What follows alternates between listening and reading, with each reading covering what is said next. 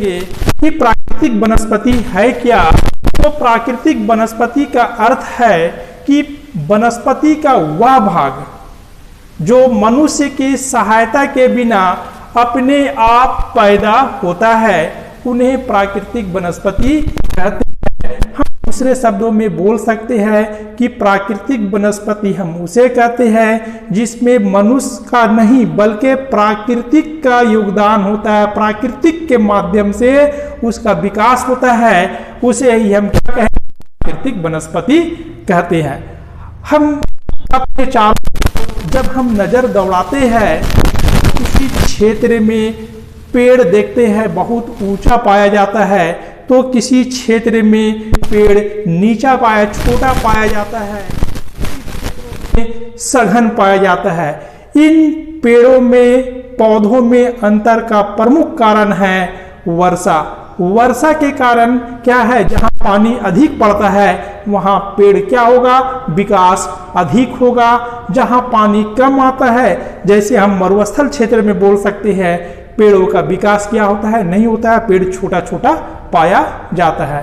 तो पौधों के विकास क्या है, वर्षा का प्रमुख योगदान होता है। इसके साथ वर्षा के अलावा पेड़ों के विकास में वर्षा का महत्वपूर्ण योगदान होता है। इसके अलावा हम देखते हैं जलवायु।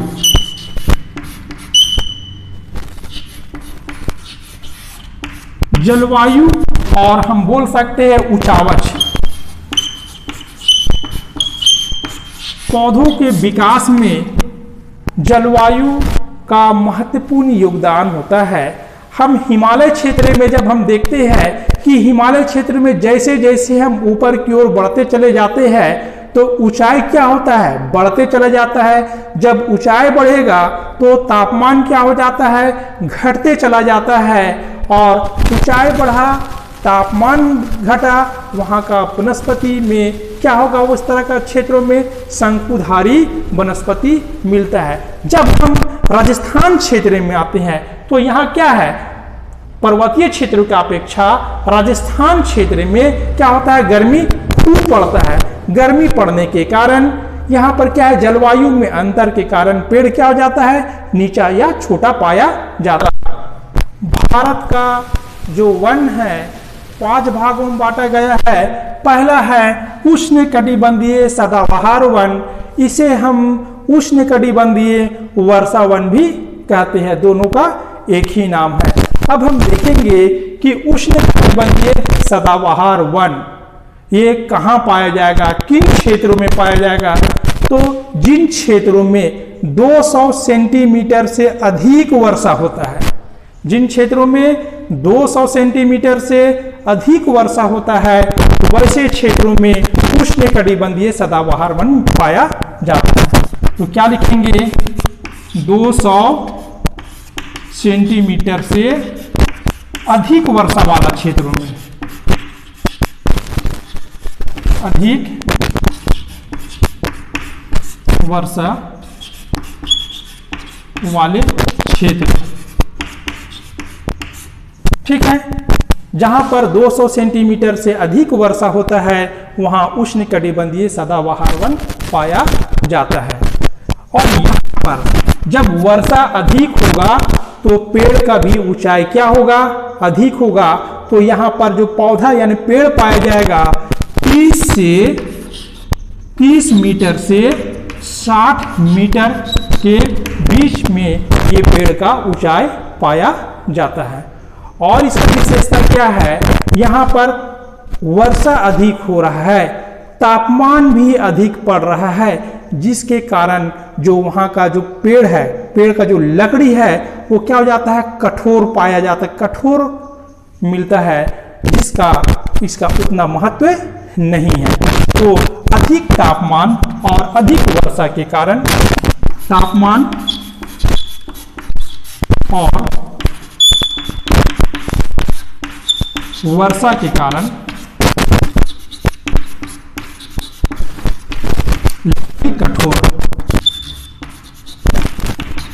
लकड़ी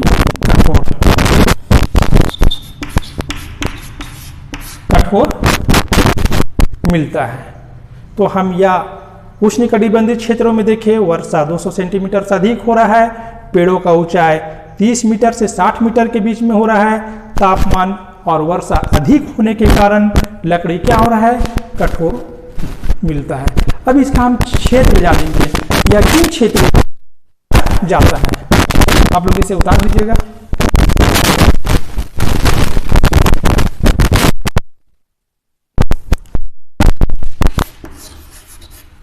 क्षेत्र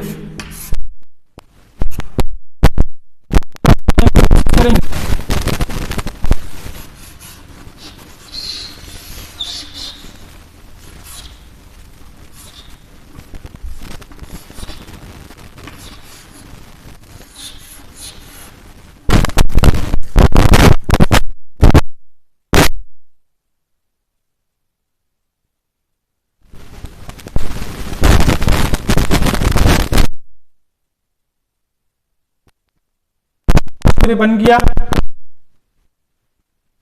उष्णकटिबंधीय सदा भारत के उत्तर पूर्वी क्षेत्र, एक नंबर पॉइंट हो जाएगा उत्तरी पूर्वी भारत, उत्तरी पूर्वी भारत के क्षेत्र। अब डायग्राम में देखेंगे कि उत्तरी पूर्वी भारत जो है यह जो है उष्णकटिबंधीय सदाबहार वन का क्षेत्र है, एक नंबर। 2 नंबर हम देखते हैं कि भारत के पश्चिमी घाट के पश्चिम का क्षेत्र, 2 नंबर हो जाएगा पश्चिम घाट का, पश्चिम घाट का पश्चिम का क्षेत्र, पश्चिम का क्षेत्र, यहां पर क्या होता है, अधिक वर्षा हो रहा है। 3 नंबर हो जाएगा अंडमान निकोबार द्वीप समूह, यहां पर देखना अंडमान निकोबार द्वीप समूह है, तो 3 नंबर अंडमान निकोबार द्वीप समूह, द्वीप समूह का क्षेत्र। तो परीक्षा में पूछता है कि उष्णकटिबंधीय सदाबहार वन किन क्षेत्रों में पाया जाएगा, तो हम बोलेंगे ये भारत का उत्तर पूर्वी क्षेत्र में यह जोन हो गया। दूसरा क्या है, पश्चिम घाट का पश्चिम क्षेत्र। तीसरा हो गया अंडमान निकोबार द्वीप समूह। और चौथा हम बोल सकते हैं कि लौटता मानसून के माध्यम से तमिलनाडु में भी यहाँ पर पानी आ जा रहा है, तो इन क्षेत्रों में भी क्या है, इस तरह का वन सदाबहार वन पाया जाता है। अब हम इसका देखेंगे कि कौन सा पेड़ इन क्षेत्रों में पाया जाता है।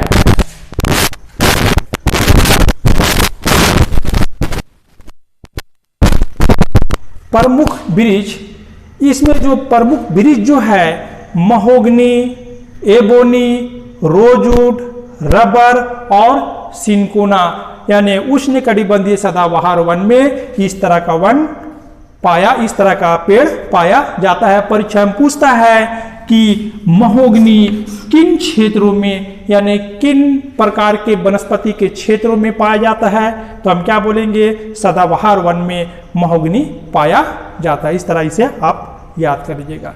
1 नंबर कंप्लीट हो गया। अब हम 2 नंबर देखते हैं। 2 नंबर है उष्णकटिबंधीय पतझड़ या पर्णपाती वन। उष्णकटिबंधीय पतझड़ वन जो है या इसे इसका दूसरा नाम पर्णपाती वन है, यह वन भारत के सबसे अधिक क्षेत्र में पाया जाता है। यह डायग्राम में दिखाया गया है। देखो यह जो क्षेत्र है, यह जो दिखाई दे रहा है, डॉट डॉट दिखाई दे रहा है, ये उष्णकटिबंधीय पतझड़ वन है। परीक्षा में पूछता है कौन सा वन भारत के सबसे अधिक क्षेत्र में पाया जाएगा, तो हम क्या बोलेंगे, पतझड़ वन। देखो पतझड़ वन क्या है, सबसे भारत के सबसे अधिक क्षेत्रों में पाया जाता है। इसका दूसरा नाम है, इसे हम मानसूनी वन भी कहते हैं। क्या कहते हैं इसे, मानसूनी वन कहते हैं। और इन वनों का विकास उन क्षेत्रों में होता है जहां वर्षा 70 से 200 सेंटीमीटर के बीच में होता है, वैसे क्षेत्रों में पतझड़ वन पाया जाता है। इसका अगला पॉइंट देखते हैं। जैसे ही ग्रीष्म ऋतु का आगमन, ग्रीष्म ऋतु में यह पेड़ 6 से 8 सप्ताह के लिए पेड़ अपना पत्ती को क्या करता है, गिरा देता है।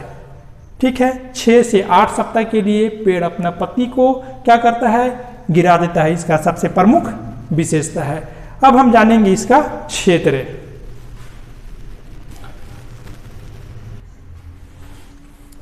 उष्णकटिबंधीय पतझड़ वन का जब हम क्षेत्र देखते हैं तो यह क्षेत्र दिखाया गया है डायग्राम में। यह एक नंबर में हम बोल सकते हैं मध्य प्रदेश, उत्तर प्रदेश, बिहार, छत्तीसगढ़, उड़ीसा तथा पश्चिम घाट का पूर्वी ढाल, यानी पश्चिम घाट का पूर्वी क्षेत्र में क्या पाया जा रहा है, पतझड़ वन पाया जाता है।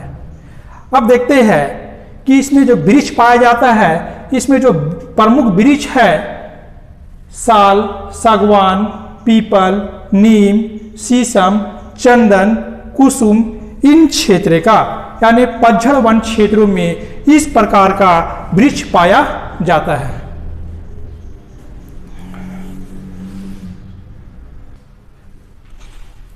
अब देखते हैं 2 नंबर कंप्लीट हो गया। 3 नंबर मरुस्थलीय वन। मरुस्थलीय वन से नाम से ही पता चलता है कि इसका विकास वैसे क्षेत्रों में होगा जहां वर्षा या पानी कम आता है। कितना कम आता है, जहां पानी 50 सेंटीमीटर से कम आता है, वैसे क्षेत्रों में मरुस्थलीय वन का विकास होगा। इसका क्षेत्र में हम देखते हैं तो यह जो क्षेत्र है राजस्थान का क्षेत्र, देखो यह दिखाई पड़ रहा डायग्राम में, ये तुम्हारा क्या है, मरुस्थलीय वन का क्षेत्र है। पश्चिमी राजस्थान, देखो यहाँ पर यह पश्चिम राजस्थान का क्षेत्र हो गया, पंजाब, उत्तरी गुजरात तथा हम बोल सकते हैं पश्चिमी घाट का जो वृष्टि छाया क्षेत्र, ये दिखाई पड़ रहा है वृष्टि छाया क्षेत्र। इन क्षेत्रों में क्या होता है, वर्षा कम होता है, 50 सेंटीमीटर से कम पानी आता है। यहाँ पर मरुस्थलीय वन का विकास हुआ है। परीक्षा में यह भी पूछता है मरुस्थलीय किन क्षेत्रों में पाया जाएगा, तो हम बोल सकते हैं पश्चिमी क्षेत्र में, तुम्हारा पश्चिम राजस्थान, गुजरात, इस सब में तुम्हारा मरुस्थलीय वन पाया जाता है। अब देखते हैं इन क्षेत्रों में कौन सा वनस्पति का विकास हुआ है, तो नागफनी जिसे हम बोलते हैं कैक्टस, बबूल, खजूर, कीकर और खैर यहाँ का प्रमुख वनस्पति या पेड़ पाया जाता है। अब इन क्षेत्रों में इसका विशेषता देखेंगे। इसका विशेषता क्या है कि मरुस्थलीय क्षेत्र में क्या है, पत्ती जो है, पेड़ में जो पत्ती जो होता है वह छोटा होगा और जड़ जो होगा फैला होगा।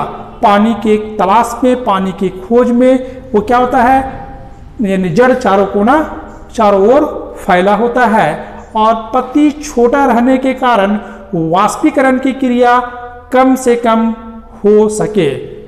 ठीक है, इस तरह हमारा मरुस्थलीय वन भी क्या होता है, कंप्लीट हो जाता है।